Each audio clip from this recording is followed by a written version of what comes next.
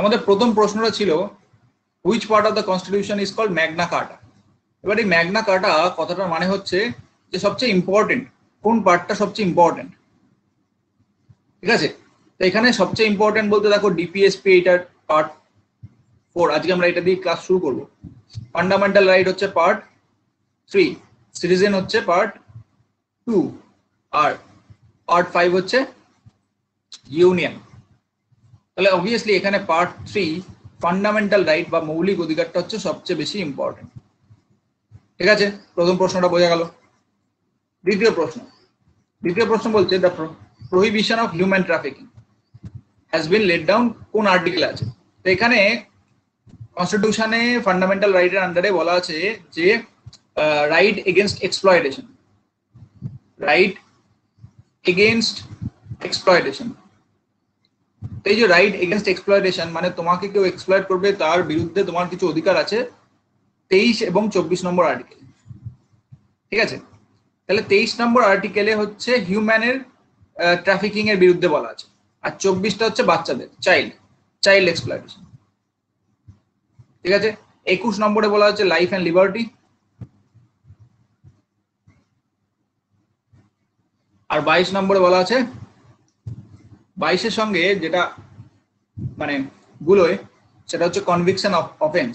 20 নম্বরটা এটা হচ্ছে কনভিকশন অফ অফেন্স করলে তার ব্যাপার স্যাপার মানে যে অফেন্স করবে তারও তো কিছু মৌলিক অধিকার আছে। আর এটা হচ্ছে right against arrest and detention. এখান থেকে বুঝতেই পারলে যে অ্যান্সার কি দেওয়া হলো সি। তারপরে বলো তো which fundamental right is called the heart and soul of the constitution. ওই আবার একই কথা, হার্ট অ্যান্ড সোল। এবার হার্ট অ্যান্ড সোল মানে ফান্ডামেন্টাল রাইটের মধ্যে এই আর্টিকেল নাম্বার 32 বা কনস্টিটিউশনাল রেমিডিস মানে তোমার মৌলিক অধিকার যদি লঙ্ঘন হয় তাহলে তুমি সুপ্রিম কোর্টের কাছে যাবে আর্টিকেল 32 অনুযায়ী যে আমার মৌলিক অধিকার লঙ্ঘন হচ্ছে। এটাকেই বলা হয় কনস্টিটিউশনাল রেমিডি। রেমিডি মানে হচ্ছে কোনো প্রবলেম হলো প্রবলেমের সলিউশন। ঠিক আছে, আচ্ছা তারপরে বলেছে which of the following right has not been late down under article 19। Under article 19-এ আমার এইগুলো আছে SAA-MRP, speech, assembly, association, movement, residence আর প্রফেশন। তা দেখো এই 6টা ছাড়া যদি কিছু থাকে সেটাই অ্যান্সার হবে। তাহলে স্পিচ অ্যান্ড এক্সপ্রেশন আছে, অ্যাসোসিয়েশন আছে, অ্যাসেম্বলি আছে, মাইনরিটিজ এটা 19 নম্বরে নেই, এটা হচ্ছে 29-30 নম্বরে আছে, মানে এডুকেশনাল ইনস্টিটিউটটা 30 নম্বরে আছে। বলছে how many type of writ can be issued by supreme court of India. আমরা জানি আমাদের মোটামুটি habeas corpus, mandamus, prohibition, certiorari আর কুয়ারেন্টো, এই 5টা আমার রিটস আছে। এবার এই 5টা রিটসকে আমি যদি ছোট ছোট করে বলি এদের মানে কি। হেভিয়াস কর্পাস মানে দৃশ্যম বলে একটা সিনেমা আছে, দেখেছো নিশ্চয়ই, দৃশ্যম আমাদের অজয় দেবগানের। সেখানে কি অজয় দেবগানকে ধরে নিয়ে চলে গেছিল পুলিশ। পুলিশ যে ধরে নিয়ে যাবে তার কারণ কি, কারণে তাকে ধরছে সেইটা দর্শাতে হবে, সেটাকে বলা হেভিয়াস কর্পাস। ম্যান্ডামাস মানে হচ্ছে মানে কেউ কাজ করছে না, মানে কোনো সরকারি কাজ করছে না, সেই কাজটা যাতে সে করে, তার নিজের কাজটা নিজে করে, সেই ব্যাপারে তাকে পজিটিভ ইনস্ট্রাকশন দেওয়া। যেমন মাঝে মাঝে দেখবে হাইকোর্ট ওয়েস্ট বেঙ্গলকে এরকম একটু বকাঝকা করে, কাজ করো, সিম্পল ভাবে কাজ করো। প্রহিবিশন মানে নামটা শুনে বুঝতে পারছো যে কাজটা বেশি হয়ে যাচ্ছে, তোমার জুরিসডিকশনে পড়ে না, মানে এক্সেস হয়ে যাচ্ছে জুরিসডিকশনটা, তা কাজ করো না বলছে। কার্ডিওরারি মানে তোমার জুরিসডিকশন তো যাচ্ছেই, তো তোমার ওটা যোগ্যতার মধ্যে পড়ে না, তো আমাকে দিয়ে দাও, আমি ব্যাপারটা প্রবলেমটা সলভ করে দেবো। তাহলে লোয়ার কোর্টকে হাইকোর্ট কেসটা তুলে নিয়ে সলভ করে দেবে। তাহলে এখানে দুটো কাজ হয়, আগেরটাতে শুধু প্রহিবিশন ছিল, কাজ করো না প্লাস আমি করব, আমি করছি। আর কোয়ারেন্ট মানে হচ্ছে কোন অধিকারে তুমি ওই চেয়ারে বসে আছো, যেমন আমাদের প্রাইম মিনিস্টার কোন অধিকারে উনি বসে আছেন, মানে এখন যেরকম সিচুয়েশন উনি কন্ট্রোল করতেও পারছে না এবং ব্যাপারটা আস্তে আস্তে ওয়ার্স কন্ডিশনে যাচ্ছে।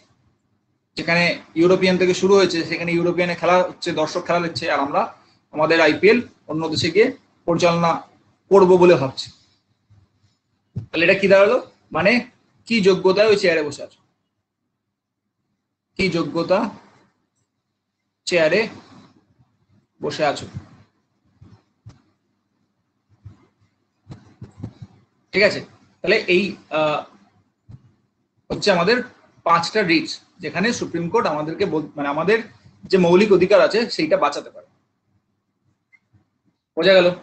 নেক্সট হচ্ছে রাইট টু প্রপার্টি। আমি বারবার বলেছিলাম right two property 44th amendment act 1978 এই ইয়ের দ্বারা চলে গেছিল, বলেছিলাম কিনা? বারবার বলেছিলাম। ঠিক আছে, আচ্ছা নেক্সট হচ্ছে আমার 7 নম্বর। এই প্রশ্নটা অ্যান্সার এক্ষুনি সুপ্রিয়া বললো এটা ভুল দেওয়া ছিল। গান্ধীয়ান ডাইরেক্টিভ প্রিন্সিপালে কে কে আছে?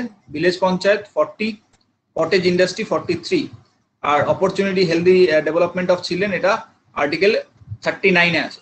তাহলে এটা হচ্ছে আমার সোশ্যালিস্টিক প্রিন্সিপালের মধ্যে পড়ে। ঠিক আছে, তাহলে 1 আর 3 অ্যান্সার হবে। এটা সম্ভবত বি দেওয়া ছিল, বি হবে না, 1 আর 3 হবে। তুহিন, নয়ন, তোমাদের মধ্যে কেউ এরকম অ্যান্সার দিয়েছিলে? সি অ্যান্সার দিয়ে সি করেছিলাম। তাহলে তোমাদের মোটামুটি ধরো আরো +3 এক্সট্রা হবে। পরের প্রশ্নটা যাচ্ছি, which part of the Indian constitution deals with directive principle of self policy? Simple প্রশ্ন ছিল। আর্টিকেল 36 থেকে 51, part 4। The enforcement of directive principle depends most on, এবার এই যে আমি বলেছিলাম যে directive principle of state policy, এখানে ওয়েলফেয়ার অফ স্টেটের কথা বলা হচ্ছে, মানে স্টেটের যে গভর্নমেন্ট থাকবে সে এইগুলো করলে ভালো হয়, সেটা অবভিয়াসলি ডিপেন্ড হবে সেই স্টেটের যা রিসোর্স আছে। ঠিক আছে, আমাদের ডাইরেক্টিভ প্রিন্সিপাল অনেক কিছু বলা আছে, সেগুলো কি ওয়েস্ট বেঙ্গল হয়? গরু কাটা কি ব্যান্ড? তা তো নয়। তাহলে এটা হচ্ছে C. Separation of judiciary, separation of judiciary from executive, এটা কোথায় বলা আছে? ডাইরেক্টিভ প্রিন্সিপালে, আর্টিকেল নম্বর 50। আচ্ছা, তাহলে আমার কনস্টিটিউশন 10টা প্রশ্ন ছিল, 10টা হলো। কোনো প্রবলেম আছে বুঝতে? কোনো প্রবলেম আছে? সবাইকে জিজ্ঞেস করছি, সবাইকে জিজ্ঞেস করছি। কুমারিকা, পায়েল? না। আচ্ছা, সবাই বলছে না। এবার আমরা জিওগ্রাফিতে ঢুকছি। প্রথম প্রশ্ন ছিল ইস্টার্ন মোস্ট পয়েন্ট কোথায় আছে? তো অবভিয়াসলি আমাদের ভারতবর্ষটা একটু এরকম টাইপের, north, south, east, West point আছে। ইস্টার্ন মোস্ট পয়েন্ট কত? 97 degree 25 minute east, 68 degree 7 degree east থেকে 97 ডিগ্রি 25 মিনিট ইস্ট, আর 8 ডিগ্রি 4 মিনিট নর্থ থেকে মেনল্যান্ডে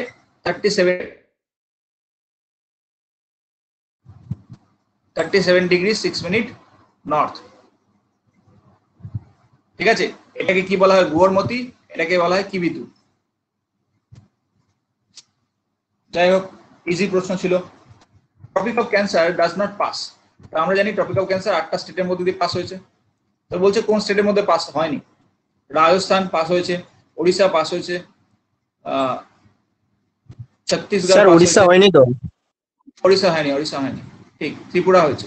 মানে অ্যাকচুয়ালি হচ্ছে রাজস্থান, গুজরাট, এমপি, ছত্তিশগড়, ঝাড়খণ্ড, ওয়েস্ট বেঙ্গল, ত্রিপুরা, মিজোরাম। 1 2 3 4 5 6 7 8, এই হচ্ছে 8টা স্টেট। ঠিক আছে, ওড়িশা হয়নি, ঝাড়খণ্ড হয়েছে। এটাই হবে অ্যান্সার। আচ্ছা, নেক্সট হচ্ছে how many state and union territory does India have? এখন কতগুলো আছে? 28টা স্টেট আর 8টা union territory. What is the position of India in respect of area? কততম? 7th পজিশন আছে। Which state separate India from Sri Lanka? আমরা জানি পক স্টেট ইন্ডিয়া শ্রীলঙ্কাকে আলাদা করেছে। which of the smallest union territory? smallest union territory কি? Lakshadweep 32 square kilometre. which is the highest peak of India?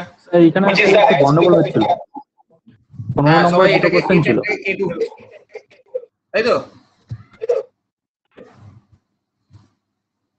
K10 কে নিশ্চয়ই K2 ভেবেছো।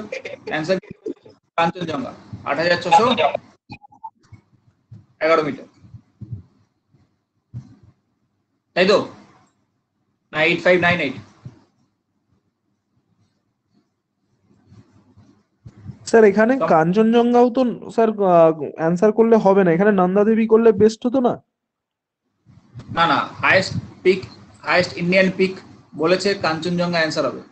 Highest sir Indian peak Kanchenjunga তো main India Nepal বর্ডারে হচ্ছে, তা ওটাকে আমরা পিওরলি ইন্ডিয়াতে ধরে নেবো? আমাকে কি বলেছে যে পিওরলি ইন্ডিয়া?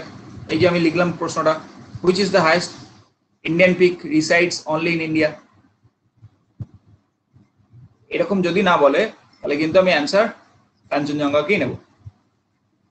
ঠিক আছে?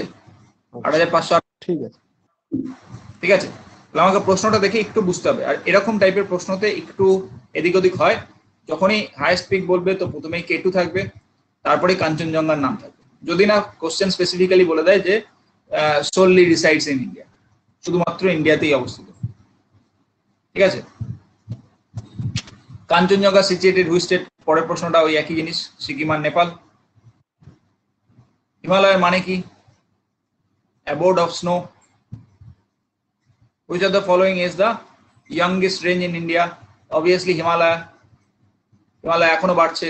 এখন হিমালয়ের আমাদের এভারেস্টের হাইট 8848.86। ঠিক আছে, 0.86 কিন্তু বেড়েছে রিসেন্ট, কনফার্ম করেছে চায়না এবং Nepal. Which is considered as the western point of the Himalaya?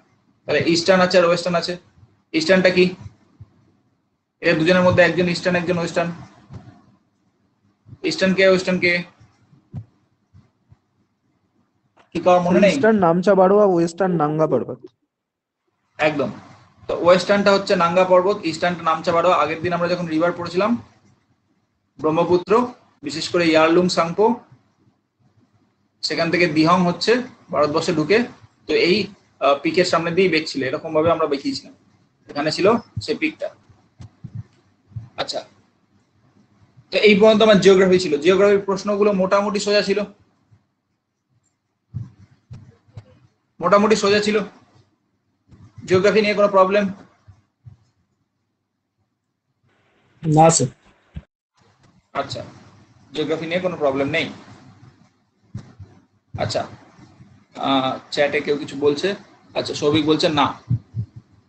ঠিক আছে, এরপরে আমরা পরের প্রশ্নগুলোতে যাচ্ছি, মানে হচ্ছে আমার হিস্ট্রি। অবভিয়াসলি হিস্ট্রি একটু অনেকেরই কঠিন কঠিন লাগে,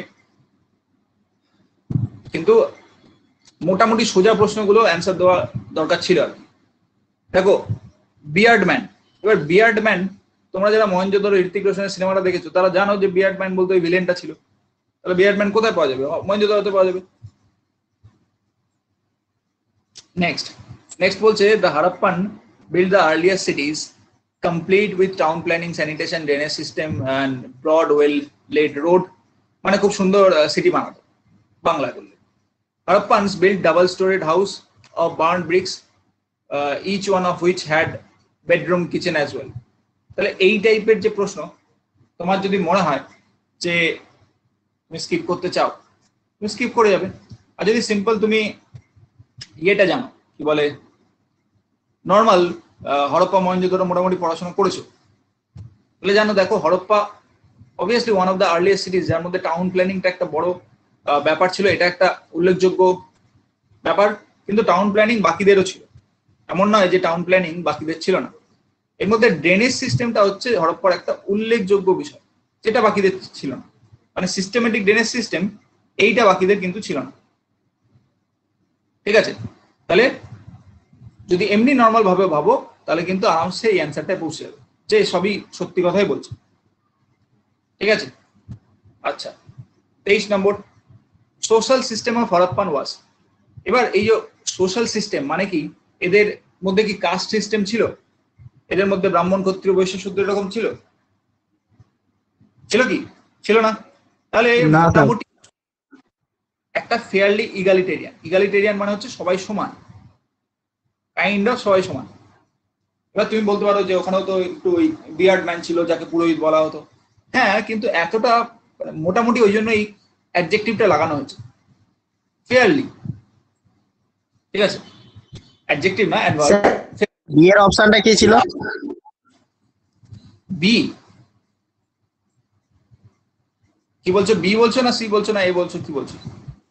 আমি যে বি এর হ্যাঁ, এখানে অপশনে এটার মানে হচ্ছে লেবার মানে স্লেভ, মানে যেটা মানে বাংলাটা হচ্ছে দাসত্ব। দাস ব্যবস্থা কি ছিল? ছিল না। বর্ণবেশ তো বেদিকের লেটার বেদিকে এসছে, কাস্টও তাই এসছে। ঠিক আছে, আচ্ছা পরের প্রশ্ন। The Indus or Harappan civilisation is distinguished from the other contemporary civilisation.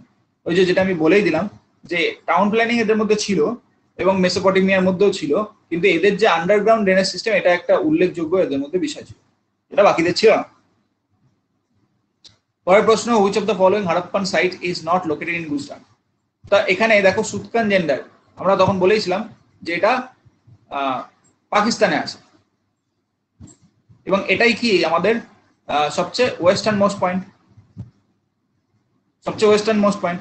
তাহলে অবভিয়াসলি ওয়েস্টার্ন মোস্ট পয়েন্ট মানে লোথালের থেকে তো সাইডে যাবেই, মানে আমার এদিকে গুজরাট এবং গুজরাটের থেকেও বালুচিস্তান পর্যন্ত যাবে। ঠিক আছে, তাহলে সেই অনুযায়ী আমি আরামসে অ্যান্সারটা করতে পারতাম, কারণ নাম যেটা দেওয়া আছে সেটা খুব কমন নেম।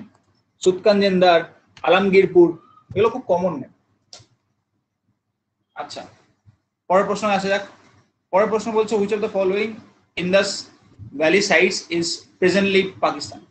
অবভিয়াসলি তোমরা বারবার পড়েছো যে হরপ্পা লারকানা ডিস্ট্রিক্ট অফ সিন্ধ প্রভিন্সে আছে। তো সিন্ধ প্রভিন্স এটা কি আমাদের ইয়েতে আছে, ইন্ডিয়াতে আছে না? বাকি তো জানো লোথাল, আলমগীরপুর, কালিবঙ্গন সব এখানেই আছে। পরের প্রশ্ন, who among the following was not the god of atmosphere during Vedic period. এবার এখান থেকে বেদিক টাইমটা আছে, বলছে এর মধ্যে কোনটা অ্যাটমসফিয়ারের গড ছিল না। অ্যাটমসফিয়ার মানে কি বলবো, বাতাসের গড এর মধ্যে কে ছিল না? দেখো ইন্দ্র, ইন্দ্রকে থান্ডার মানে বৃষ্টি বৃষ্টি দেয়, মরুদ মানে বায়ুর দেবতা, রুদ্র কিছুটা বলতে পারো কি বলবো ভয়ানক টাইপের জিনিসপত্র। ডায়ান্স বলে কোনো, এমনিতেও দেখো আমরা হিন্দুতে এরকম কোনো নাম শুনিনি। ঠিক আছে, সেখান থেকেও বাই গেস তুমি অ্যান্সারটা আসতে পারো। ঠিক আছে, নেক্সট প্রশ্নে যাচ্ছি। Which river is not mention in Rigveda. দেখো গঙ্গা, যমুনা, সিন্ধ এগুলো তো ওই নর্থ ভারতের মধ্যেই পড়ে। নর্মদা এটা তো আরাবল্লীর মানে বিন্ধ্য পর্বতের নিচের দিকে পড়ে, বিন্ধ্য আর সাতপুরার মধ্যে দিয়ে গেছে। তাহলে এটা তো অ্যান্সার হতে পারে না, কারণ ওরা অতদূর ছিল না, সাউথ ইন্ডিয়ার দিকে ওরা অতটা ঢুকেনি। Next, who does Vedic people call potter. Potter তুমি যদি এগুলো বাংলাও করো, দেখো বাংলা বা হিন্দি যাই বলো, বিদাত, কুলাল, আয়াস, লাঙ্গাল, লাঙ্গাল মানে কি লাঙ্গল, আর কুলাল, কুলাল মানে কি বাসনপত্র। সেখান থেকে অ্যান্সারটা আসতে পারবে। Which was the voluntary contribution made by people. আমরা দেখবে আমাদের স্টাডি মেটেরিয়ালে তোমরা ওই এমসিকিউ গুলো তো কেউই করনি, ওখানেই লেখা ছিল বালি। বালি হচ্ছে একটা টাইপের ট্যাক্স। ঠিক আছে, এই পর্যন্ত আমার বেদিক সিভিলাইজেশন ছিল। এবার আসছে আইএনসি তে। তার আগে বলো, ইন্ডিয়ান হিস্ট্রিতে কোনো প্রবলেম আছে? ইন্ডিয়ান হিস্ট্রিতে কোনো প্রবলেম আছে? না স্যার। আচ্ছা, কেউ একটা মেসেজ করলো, সৌভিক, কুমারিকা দুজনেই বলছে না। ঠিক আছে, এবার আমরা আসছি। First session of Indian National Congress was held under the Presidency of, সবাই জানো প্রথম প্রেসিডেন্ট উমেশ চন্দ্র ব্যানার্জি হয়েছিল। ঠিক ঠিক আছে, বাদুদ্দিন চ্যাটার্জি সেকেন্ডে হয়েছিল, জেবি কৃপালিনী অনেক পরে হয়েছিল, অ্যালান অক্টাভিয়ান হিউম তো কোনোদিন প্রেসিডেন্টই হয়নি, উনি বানিয়েছিলেন, father of Indian National Congress বলা। এই একটা এক্সট্রা ইনফরমেশন দিচ্ছি, এই অ্যালান অক্টাভিয়ান হিউম এনাকে বলা হয় ফাদার অফ অর্নিথোলজিস্ট, ইনি পাখিও দেখতেন, এটা একটা এক্সট্রা ইনফরমেশন, ঠিক আছে। Who was the viceroy of British India at the time of first? Obviously Dufferin, ওই টাইম পিরিয়ড ছিল 84 থেকে 88, আর 85-তে আইএনসি তৈরি হয়েছে 1885-তে। পরের প্রশ্ন, in which session of the Indian National Congress split? তো অবভিয়াসলি এটা সুরাট 1907, এটাও ইজি প্রশ্ন। Who was the first Englishman to become the president of INC? তো এখানে হচ্ছে জর্জ উল, নিশ্চয়ই নোটে পড়েছো, জানো। In which session of Indian National Congress passes the resolution of Purna স্বরাজ?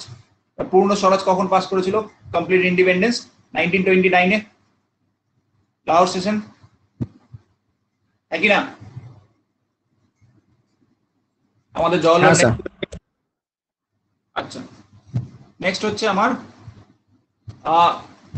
আচ্ছা, এই পর্যন্ত আমার আইএনসি হয়ে গেল। দেখো আইএনসির প্রশ্নগুলো খুব সিম্পল ছিল, আমি খুব কঠিন কোনো প্রশ্ন দিইনি কিন্তু, কারণ তোমরা প্রথম সরগড় হচ্ছে পরীক্ষার সঙ্গে। কঠিন প্রশ্ন যদি বলো, কিছুটা বায়োলজি দিয়েছি লাস্টে, একদম লাস্টের দিকে, বাকি সবই তোমরা যা পড়েছো তার ওভারঅলের মধ্যেই ছিল, ঠিক আছে। আচ্ছা, এইবার এখান থেকে আমরা অঙ্ক আসছে, তারপরে রিজনিং আসবে, যাই হোক। বলছে retailer getting discount of 20% on the market price sells an article at the market price, percentage of profit.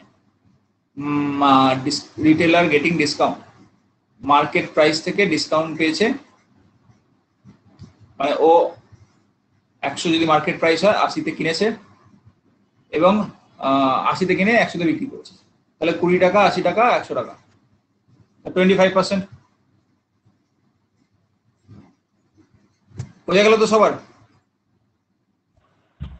হ্যাঁ, স্যার। আচ্ছা, নেক্সট হচ্ছে বলছে a fruit seller purchased a banana at ₹30 per dozen and sold each pair মানে আচ্ছা দুটো করে যদি হয় তাহলে 12 আছে, 6-7-এ 42-এ বিক্রি করেছে।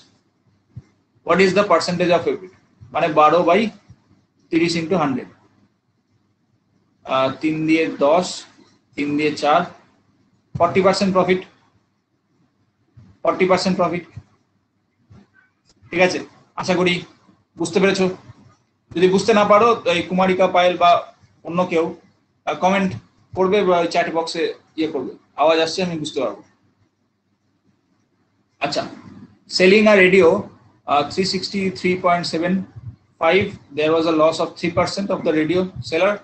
What is the price he sells to make profit 10? তাহলে 363.75 হচ্ছে 97-এ করেছে, তাহলে 110-এ করলে কি করবে? ঠিক আছে, 100, এবার এটা কাটাকুটি করতে হবে।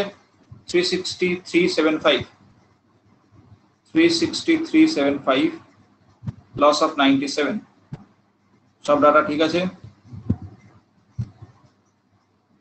36375 97 দিয়ে কাটলে 375 হয়, 375-এর সঙ্গে 11 মানে 3 আছে, 5 আছে,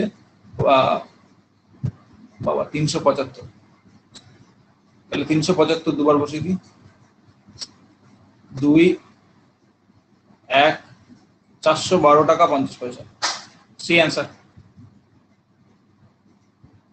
ঠিক আছে, এটা আশা করি বুঝতে পেরেছো। পরেরটাই যাই। A businessman purchased 35 kg of pulses at 5 to 5, sold each kg at the rate of 18. What is the percentage of profit or loss? 35 kg, তাহলে যদি আমি এটাকে পার কেজিতে নিয়ে আসি 525, 35 5 দিয়ে কাটলে 105, 7 থেকে 7, 3 5 7 35, 15 টাকা কিনে 18 টাকা বিক্রি করেছে, 3 15 100 5 20% প্রফিট, 20% প্রফিট। ঠিক আছে, বুঝতে পেরেছো আশা করি। আচ্ছা, hawker purchase some mangoes at the rate of 9 mangoes for ₹5, sells them at 8 per dozen. Some mangoes at the rate of 9 mangoes, sells them at 8 per dozen. আচ্ছা, একটু আলাদা হয়ে গেল। তাহলে এটাকে যদি আমি 12 দিয়ে গুণ করি, এটা সেম হয়ে যাবে 12, আর 12টাকে 9 দিয়ে গুণ করতে হবে, মানে 8 নং 72, আর এটা 5 বারং 60। তাহলে লাভ করেছে ইন্টু 100, 5 5 5 5 20, 20% প্রফিট, 20% প্রফিট। বুঝতে পেরেছো সবাই? আশা করছি বুঝতে পেরেছো কিরকম করলাম, এলসিএম করলাম বেসিক্যালি। আচ্ছা, বুঝতে না পারলে কিন্তু কমেন্টে বলবে, তাহলে আমি কিছু বুঝতে পারবো না যে তুমি বুঝেছো। স্যার 2 নম্বরটা একবার, 2 নাম্বার কত নম্বর? 2 নম্বর তো কিছু নেই, মানে অঙ্কের 2 নম্বর বলছো কি?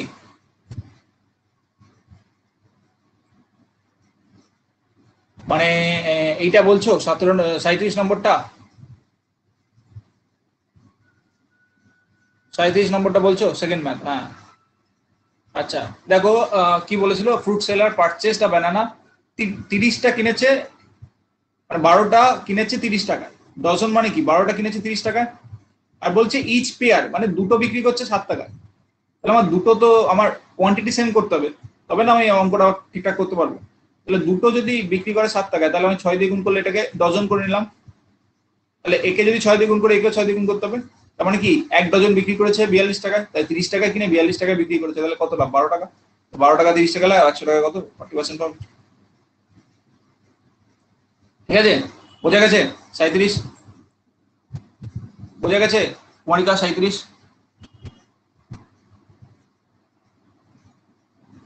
কুমারিকা 37। আচ্ছা, আমরা কোথায় ছিলাম? আচ্ছা, এবার বলছে বিজনেসম্যান ব্লেন্ডস আসাম টি কস্টিং 70 টাকা পার কেজি, দার্জিলিং টি কস্টিং 110 টাকা পার KG, the ratio of 3:1. What should be the selling price per kg of the new mixture to have a profit of 12.5 টাকা for him? বাপরে, অনেক কিছু। তাহলে চটপট করি, 3 7 210 টাকা, 110, 320, 320। what should be the selling price per kg? 320, 4 কিনেছে, 4 4 8 32, 80 টাকা, 80 টাকার 12.5, 12.5 মনে হচ্ছে কত? 12.5 মনে হচ্ছে 1/8 মনে হয়, 1/8 মানে 10, তাহলে হচ্ছে 90 টাকা পার কেজি, 90 টাকা পার কেজি। বুঝতে পেরেছো সবাই? বুঝতে পেরেছো? না বুঝতে পারলে বলবে। আচ্ছা, না দেখো কি বলছে যে এটাকে মেশাতে হবে, তো তাহলে আমি ডাইরেক্ট এটাকে যদি 3:1 এ মেশাতে বলেছে, তাহলে 70 টাকা, তাহলে 3 কেজির দাম কত হয়? 210 টাকা। 1 কেজির দাম কত হয়? 110 টাকা। 110 টাকা যদি ওর কেজি হয়, তাহলে 1 কেজি মেশাচ্ছি, তাহলে টোটাল কত হলো? 4 কেজি হলো। টোটাল 3 আর 1 4 কেজি, 4 কেজি যদি হয় তাহলে পার কেজি কত? 80 টাকা হলো। তাহলে 80 টাকা হচ্ছে কস্ট প্রাইস। এবার ওকে বলেছে যে 12.5% লাভ করতে গেলে কি করতে হবে। এবার আমরা নিশ্চয়ই জানি যে 12.5% মানে 1/8 অংশ। ঠিক আছে, এটা আমরা প্রথম দিন যখন করেছিলাম মুখস্থ করেছিলাম। তাহলে 1/8 অংশ, যেমন ধরো 50%, 50% মানে কি? হাফ। ঠিক আছে, 33.33% মানে কত? 1/3। 25% মানে কত? 1/4। সেরকম 12.5% মানে হচ্ছে 1/8, মানে 25-এর আরো আরেকটা জাম্প হলো, 25/2 মানেই তো 12.5। 25 যদি 1/4 হয়, তাহলে 12.5 1/8, তাহলে 80-র 1/8 অংশ কত? 10। তাহলে অবভিয়াসলি 10 টাকা আরো বেশি দেবে প্রফিট করতে গেলে। তাহলে 80 টাকা কস্ট প্রাইস ছিল, প্লাস 10 টাকা, তাহলে সেলিং প্রাইস 90 টাকা পার কেজি। বোঝা গেল? বোঝা গেল? এবার বোঝা গেল? কুমারিকা বুঝেছো? পায়েল বুঝেছো?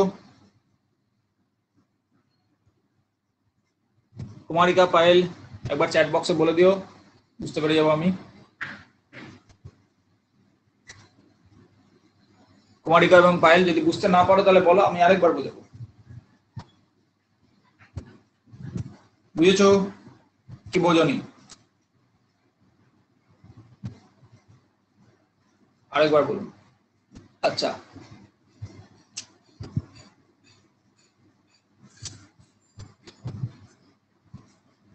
দেখো আমাকে কি বলেছে, 3:1 দুটোকে মেশাতে বলেছে।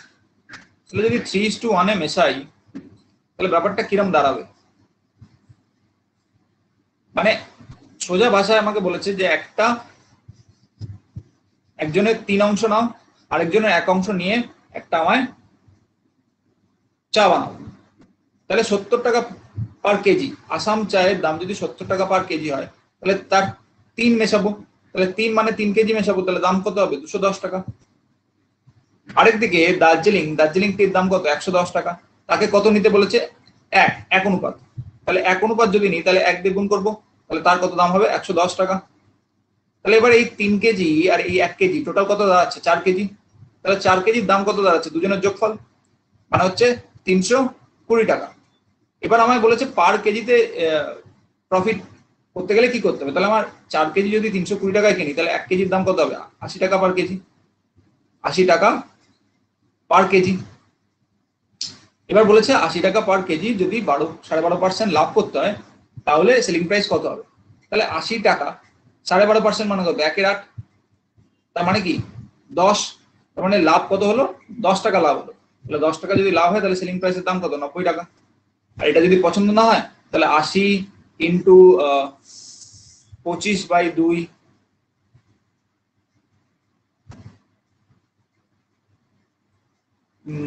24-25 উল্টো করতে হবে। 25/2টাকে নিচে নামা করতে হবে। 25/2 ইন্টু 100, 25 4 100। আবার বুঝেছি। স্যার ওটা 25/200 হতো। হ্যাঁ হ্যাঁ, মানে একরকম অঙ্ক করে করে অভ্যাস হয়ে গেছে। এই যে 25 দিয়ে 4 10, ঠিক আছে? তাহলে সেরকম ভাবে করলো তোমার 10 টাকা আসতো।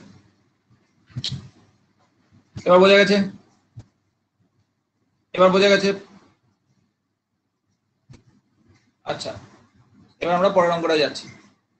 কি বলছে? Trader sold bicycle at a profit of 10%. Had he bought the bicycle at 10% less price and sold it at a price of 12 more, he would have gained 25%. What is the cost price of the bicycle? আচ্ছা, ব্যাপারটা কি বলছে? Trader sold a bicycle at a profit, মানে CP 100, SP 110। Had he bought the bicycle 10% less price, 10% less price 90, he would have sold it rupees 12 more, মানে হচ্ছে 20 difference মানে হচ্ছে 12, 100 difference মানে হচ্ছে 36।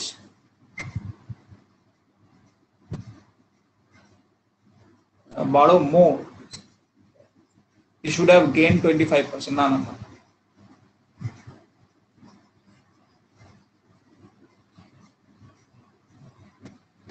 sold it at a price of 12 more.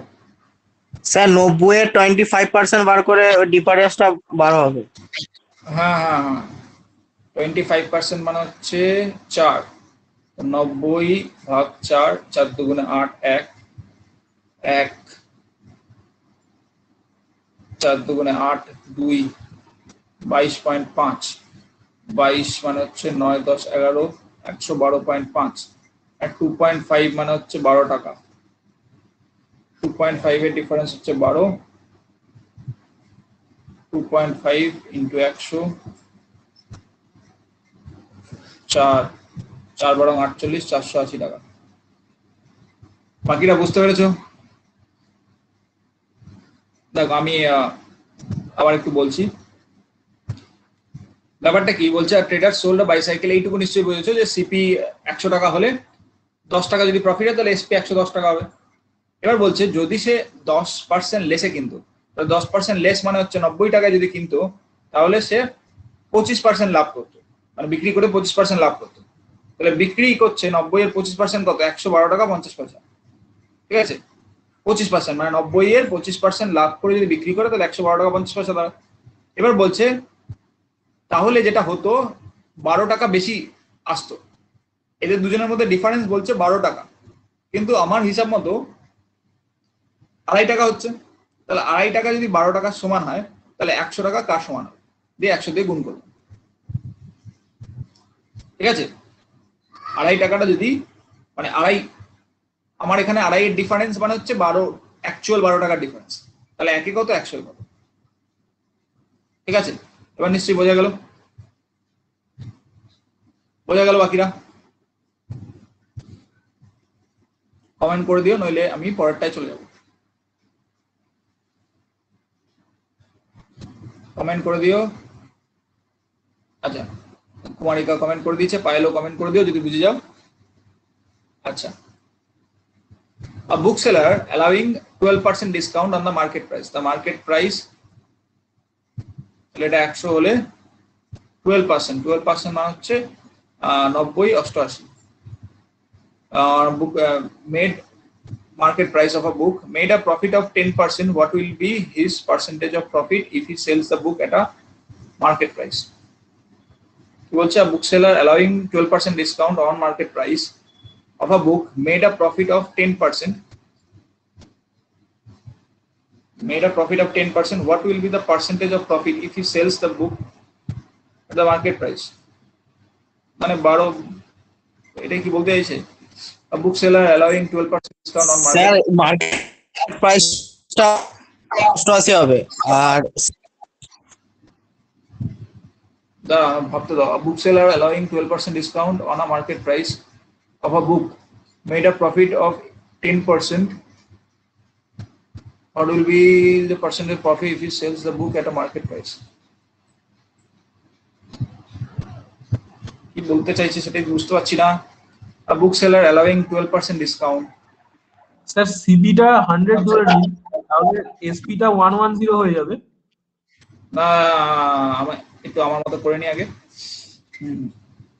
Book সেলারটাই actually বিক্রি করছে, allowing 12% discount মানে হচ্ছে মার্কেট প্রাইস থেকে ও 12% ডিসকাউন্ট দিচ্ছে 88, তার উপরে আবার তাতেও ও 10% ইয়ে করছে। তাহলে সিপি যদি আমার এখানে 100 হয় তাহলে ও 110-এ বিক্রি করছে, তাহলে আমার এই সিপিটা চলে আসতে হবে। ইফ হি সেলস মানে অ্যাকচুয়াল কত প্রফিট হচ্ছে, তাহলে 110 যখন হয় তখন হচ্ছে এসপি হচ্ছে 88, 100 তার মানে হচ্ছে 80 টাকা। তাহলে 8/80 ইন্টু 100 কততে বিক্রি করছে, ও মার্কেট প্রাইসে বিক্রি করছে, মার্কেট প্রাইস মানে 20, এটাতে বিক্রি করছে, তার মানে হচ্ছে 20, 4 25% প্রফিট। ঠিক আছে, বাকিরা বুঝতে পেরেছো? হ্যাঁ, তোমরা অন্যরকম ভাবে করো, আমি একটু অন্যরকম ভাবে করি। আমি এরকম ভাবে ঘুরে আসি, মানে এই 110 থেকে প্রথমে সিপিটাতে চলে আসি, তারপরে বাকিটা করে নিই আর কি। তোমরা অনেকটা ডাইরেক্ট করো, ঠিক আছে? বাকিটা বুঝতে পেরেছো? কুমারিকা, পায়েল, তোমরা যদি বুঝতে না পারো আরেকবার বলো, আমি এটা বুঝিয়ে দিচ্ছি। বাকিরা বুঝতে পেরেছো? আবার বলে দাও, বুঝতে পারলে হ্যাঁ বলে দাও, পরেরটায় চলে যাবো।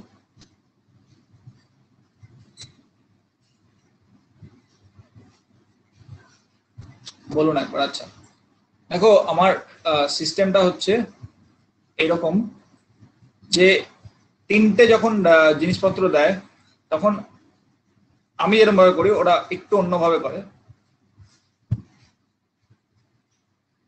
আমার করাটা হচ্ছে তিনটে কম্পোনেন্ট আছে, সিপি আছে, কস্ট প্রাইস আছে, সেলিং প্রাইস আছে, মার্কেট প্রাইস আছে।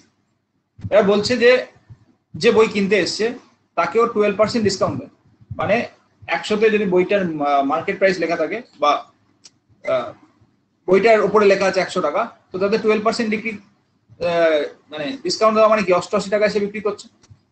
তাহলে এখানে প্রশ্নটা চেয়েছে discount on market price of a book made a profit of 10%। তো ও যদি 10% প্রফিট করতে চায় তাহলে নিশ্চয়ই 100 টাকা যদি কস্ট প্রাইস হয় তাহলে 10% প্রফিট করলে কত 110 টাকা হওয়ার কথা। সিম্পল, সেলিং প্রাইসটা তখন 110 টাকা হওয়ার কথা। এবার আমি এখানে দেখতে পাচ্ছি যে ওর সেলিং প্রাইস কত 88 টাকা। তাহলে এখান থেকে আমি যে কস্ট প্রাইসে যাবো কি করে? তাহলে 88 টাকা 110 টাকা, এই 110 টাকা যখন সেলিং প্রাইস তখন কস্ট প্রাইস কত 100 টাকা। 1 টাকা যখন সেলিং প্রাইস তখন কস্ট প্রাইস কত 100 বা 110। তাহলে এখানে আমার 88 টাকা সেলিং প্রাইস ছিল, তাহলে 88 টাকা মানে কি ইন্টু 88। তাহলে এখান থেকে আমার দাঁড়াচ্ছে কত 80 টাকা। তাহলে ওর কস্ট প্রাইস দাঁড়াচ্ছে 80 টাকা, মানে ওর অ্যাকচুয়াল কস্ট প্রাইস। তাহলে এবার বলেছে যে যদিও if he sells the book at a market price তাহলে কত প্রফিট করতো। তাহলে অবভিয়াসলি সিপি ওর যদি 80 টাকা হয় আর মার্কেট প্রাইস ওর 100 টাকা হয় তাহলে 20 টাকা প্রফিট করতো। 80 টাকায় 20 টাকা প্রফিট করতো, 100 টাকায় কত তাহলে 25% আসছে, 25%। ঠিক আছে, এবার বোঝা গেছে নিশ্চয়ই, এবার বোঝা গেছে পায়েল এবং কুয়ানিকা। এটাতে বেশি মাথা খাটাতে হয় না বেসিক্যালি, মানে এই একবার তুমি যদি এরকম ভাবে যাও না তাহলে অত মাথা খাটাতে হয় না এতে থেকে কি হয় ওটা থেকে কি হয়। ঠিক আছে, তুমি শুধু পিছনে পিছনে যাবে, মানে যেটা অ্যাবসেন্ট থাকবে এই সিপি এসপি এমপি তিনটে করে নেবে, দিয়ে করে নেবে। আচ্ছা, এই অঙ্কটা একটু ইয়ে ছিল, ভুল ছিল। এটা ইচ সারি হবে না, এটা হবে ফার্স্ট সারি, তাই তো সুপ্রিয়? ফার্স্ট সারি ছিল তো সুপ্রিয়? আচ্ছা হ্যাঁ স্যার। হ্যাঁ, তো এটা বেসিক্যালি এটা একটু ধরে করতে হবে। The ratio of manufacturing cost of two sari বলছে 2:5. If the first sari is sold 15% profit, তাহলে ফার্স্ট সারিতে যদি 15% প্রফিট করে and the second sari sold 18% profit, then the manufacturer makes a total profit 396 টাকা। আচ্ছা,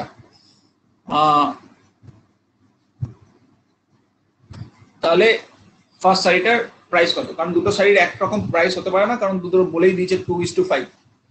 আচ্ছা, এটাকে এখন একটু অন্যরকম ভাবে যদি চিন্তা ভাবনা করি তাহলে দাঁড়াচ্ছে 30, 5 একটা 40, 0 হাতে 4, 5 একটা 5 4 90, 30 আর 90, 120, 60, 396, 6 দিয়ে 6 6 36, 3 6 6 36, তাহলে হচ্ছে 100 হচ্ছে 660 টাকা। এটাই অ্যান্সার ছিল না সুপ্রিয়?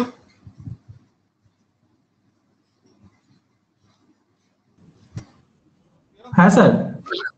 আচ্ছা, বাকিটা বুঝলে? মানে আমি যে কি করলাম সেটা একটা তুমি বলতে পারো।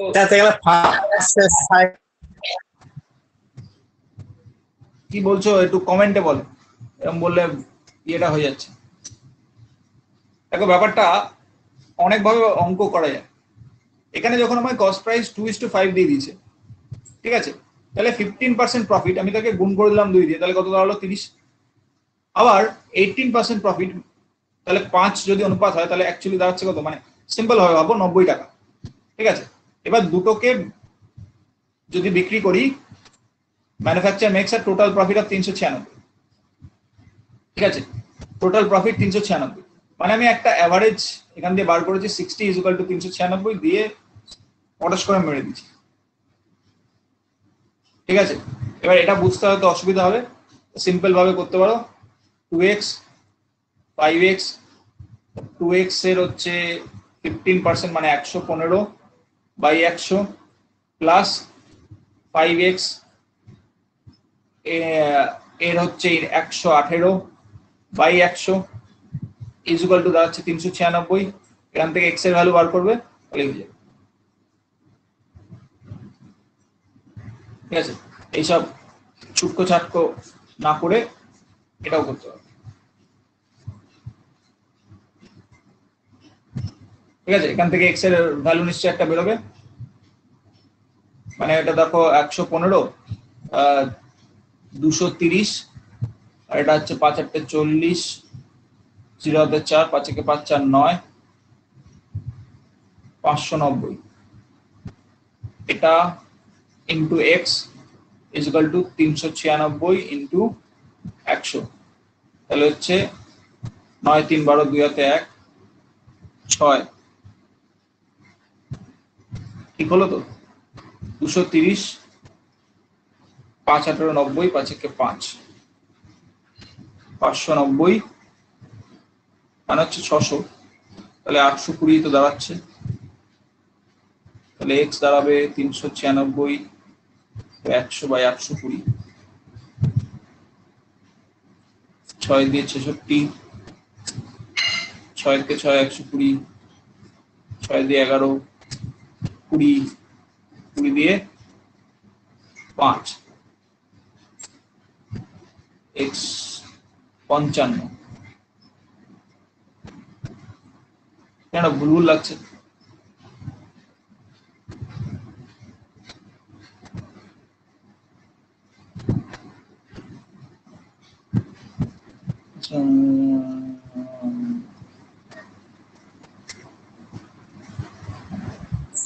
স্যার 120 কে কত দিয়ে কাটলেন?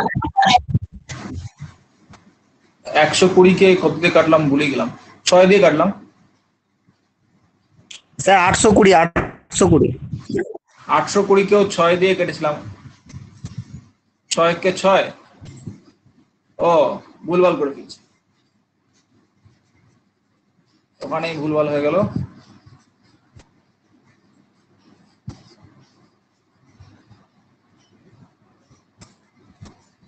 তিনশো 96/820 ইন্টু 100,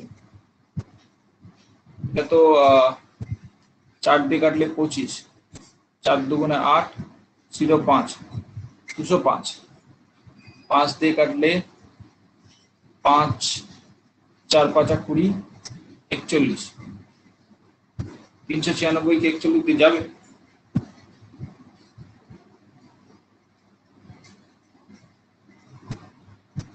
তিনশো 96 না,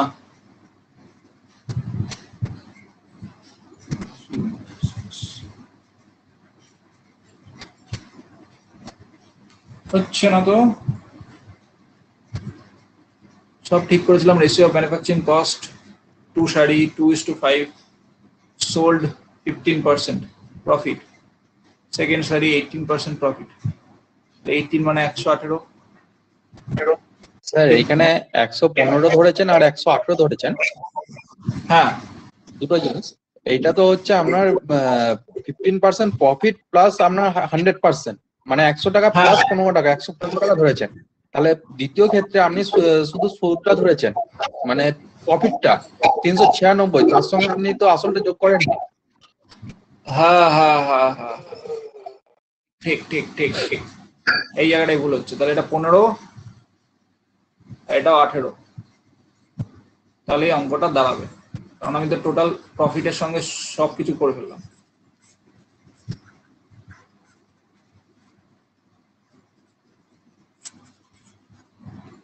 একদম ঠিক। তাহলে 15 দুগুণে 30 আর 90 120, 120x is equal to 396 into 100, ঠিক করলাম 30 90, তাহলে x is equal to 396 120 into 100, 20, 6 দিয়ে 66,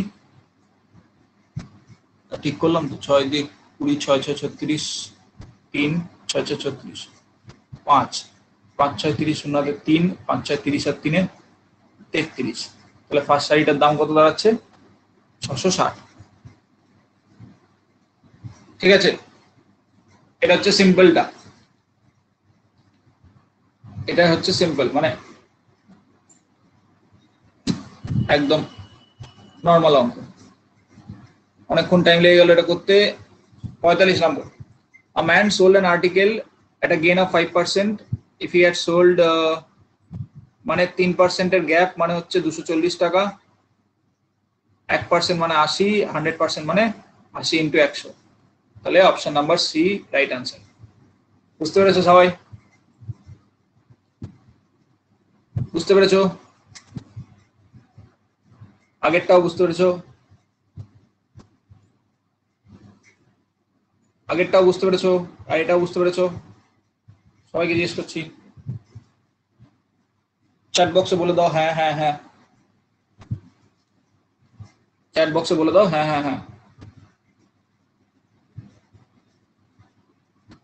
কুমারিকা পায়েল, এইটার মানে বুঝতে পেরেছো তো, যে 5% গেন, মানে এখানে 5% গেন, এটা হচ্ছে 100, আর একটা হচ্ছে 8% গেন, মানে অ্যাকচুয়ালি পার্সেন্টেজ হিসেবে কত গ্যাপ থাকছে? 3%।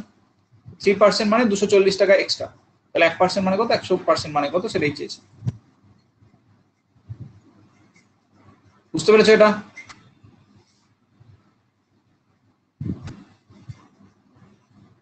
বুঝতে পেরেছো?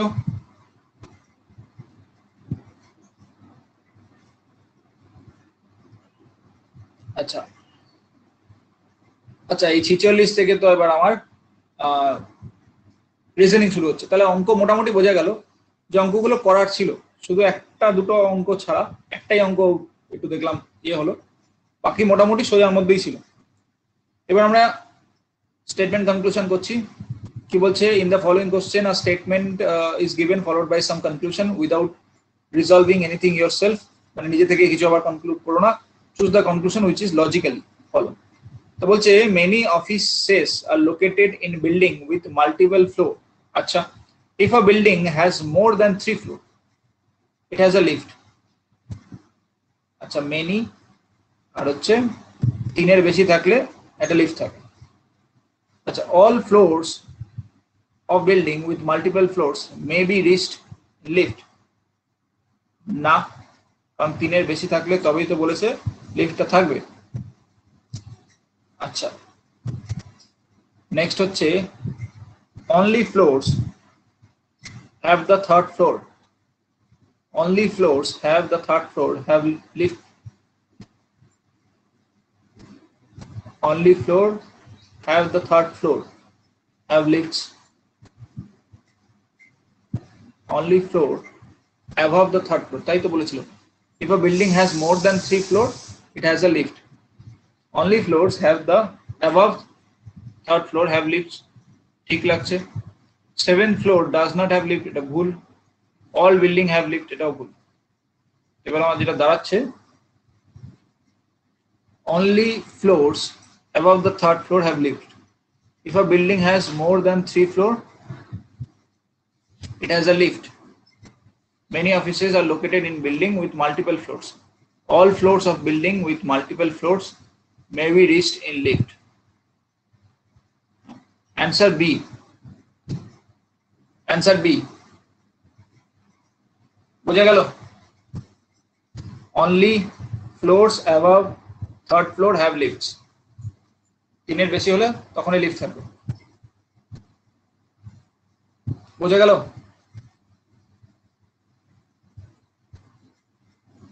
আচ্ছা, সবাই বলছে হুঁ। আচ্ছা, পরেরটা করছি। মোস্ট সেলিব্রিটিজ লাইক আমার আর লায়ার্স, একটাই স্টেটমেন্ট। মোস্ট সেলিব্রিটিজ লাইক আমার আর লায়ার্স, লাইক আমার, তো এখানে আমার ইজ এ সেলিব্রিটি তো দাঁড়াচ্ছে মোস্ট সেলিব্রিটিজ লাইক আমার। বাকি দেখছি those who don't tell lies are not celebrities, না, some celebrities don't tell lies, you can only become a celebrity by telling lies, কোনটাই না। তো এটা তো ডাইরেক্টলি বলে দিয়েছিল যে মোস্ট সেলিব্রিটিজ লাইক আমার, মানে আমারের মতো সেলিব্রিটিরা মিথ্যা কথা বলে। বোঝা গেল নিশ্চয়ই? 48 নম্বর, in one day cricket match the total runs made by a team 200, out of this 160 run were made by spinners. আচ্ছা, 80% of team consist of spinners, 80% of the team, the opening batsmen were spinners, কোনটাই না, উল্টো পাল্টা বকে দিল। বোঝা গেল তো? এখানে বলছে যে 200-র মধ্যে 160 মানে যারা স্পিন বল করে তারা রান দিয়েছে, তাহলে এটার মানে কি 80% টিম মেম্বার স্পিনার? তা তো না। আবার ওপেনিং ব্যাটসম্যান স্পিনার? তাও তো না। এর মধ্যে কোনোটাই ফলো হচ্ছে না। 49, the old order change yielding place to new। আচ্ছা, old order changed, yielding place to new. Change is the law of nature. Discard old ideas because they are old. The old order changed, yielding place to new. Old order changed, yielding place to new. Change is the law of nature. Change is the law of nature. Old order changed, yielding place to new. সেখানে এক নম্বরটাই যাচ্ছে, এটা তো একদমই হবে বলে মনে হচ্ছে না। Discard old ideas because they are old, change is the law of nature, মানে ওল্ড চেঞ্জ হয় নতুন ভালো কিছু করার জন্য। চেঞ্জই হচ্ছে মানে নেচারের একটা ল আর কি। Last statement, population increases coupled with depleting resources is going to be the scenario of many developing countries in days to come. Population increase coupled with depleting resources, মানে রিসোর্স কমে যাবে, is going to be the scenario of many developing countries, মানে ইন্ডিয়ার মতো অবস্থা। The population of developing countries will not continue to increase in future. না, এটা তো বলেনি, উল্টো হয়ে গেল। It will be very difficult for the government of developing countries to provide its people decent quantity of life. Decent quantity of life. তাই বলার চেষ্টা করছে যে রিসোর্স যদি কমে যায়, কোথায় গেল ডিপ্লিটিং রিসোর্স, রিসোর্স কমে যাচ্ছে, মানুষ বেড়ে যাচ্ছে, তাহলে অবভিয়াসলি কোয়ালিটি অফ লাইফ দিতে তাদের প্রবলেম হবে। Conclusion 2 follows. তাহলে আমরা এখানে 50টা শেষ করলাম। এবার বলো 50টা ঠিকঠাক বোঝা গেল কিনা, 50টা পর্যন্ত ঠিকঠাক বোঝা গেল কিনা।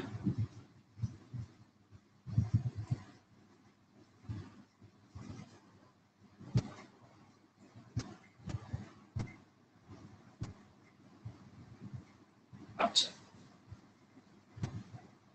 সবাই বুঝতে পেরেছো?